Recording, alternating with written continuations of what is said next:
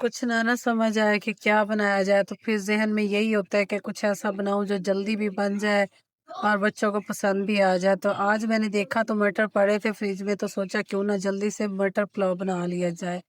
इसकी रेसिपी बहुत ही आसान है, झटपट बनने वाला मटर पुलाव आपके साथ इसकी रेसिपी शेयर करूँगी। कढ़ाई में 1.5 कप जो है वो मैंने ऑयल डाल दिया था, फिर इसमें कुछ खड़े गरम मसाले शामिल कर दिए। इसको तकरीबन 20 सेकंड के लिए जो फ्राई किया, फिर इसमें स्लाइस की हुई 2 बड़ी प्याज शामिल कर दी। अच्छा, इस प्याज पे कलर नहीं लेके आना। फिर ये है कि मटर पुलाव डार्क कलर का अच्छा नहीं लगता। थोड़े से ये बस ट्रांसलूसेंट हो जाए तो इसमें अदरक लहसुन का पेस्ट शामिल कर दें। खुशबू आए तो टमाटर हरी मिर्चें शामिल कर देनी है। इनको भी अच्छे से हम पकाएंगे। इनके साथ ही जो है हाफ पैकेट बिरयानी मसाले का वो मैंने शामिल कर दिया था।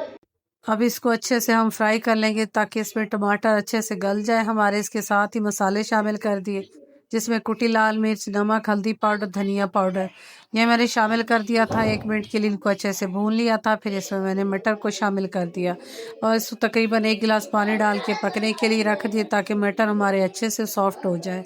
जैसे ही हमारे मटर सॉफ्ट हुए तो इसमें मैंने चावलों का पानी शामिल कर दिया था।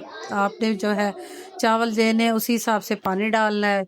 यहाँ पे देखिए पानी को बॉयल आ चुका था। चावल आधा घंटा पहले भिगो के रख दिए थे मैंने। फिर भीगे हुए चावलों को मैंने उस पानी में शामिल कर दिया। अब इसको कवर करके जो है वो मैं पका लूँगी।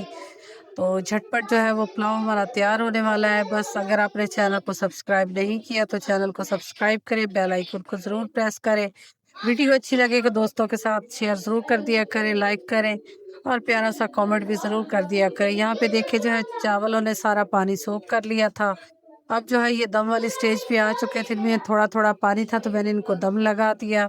इसी तरह तकरीबन 10 मिनट का दम इनको लग चुका था। तो मज़ेदार हमारे मटर पुलाव जो तैयार थे।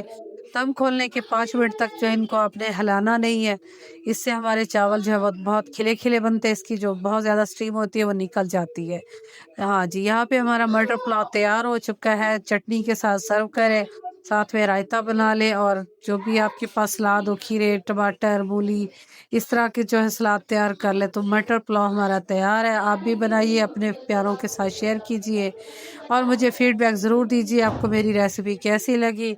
हमें तो बहुत अच्छे लगे थे मटर पुलाव। बस इसी तरह अपनी दुआओं में मुझे याद रखिएगा और बहुत सारी दुआओं में हमें याद रखिएगा। आप सब भी अपना बहुत सारा ख्याल रखिएगा, अपने बच्चों का, बड़ों का। सर्दियाँ बहुत खुश्क सर्दी है, बारिश तो आई नहीं है और दुआ है कि अल्लाह मियाँ हमारे मुल्क में खैर आफियत वाली बारिश भी दे।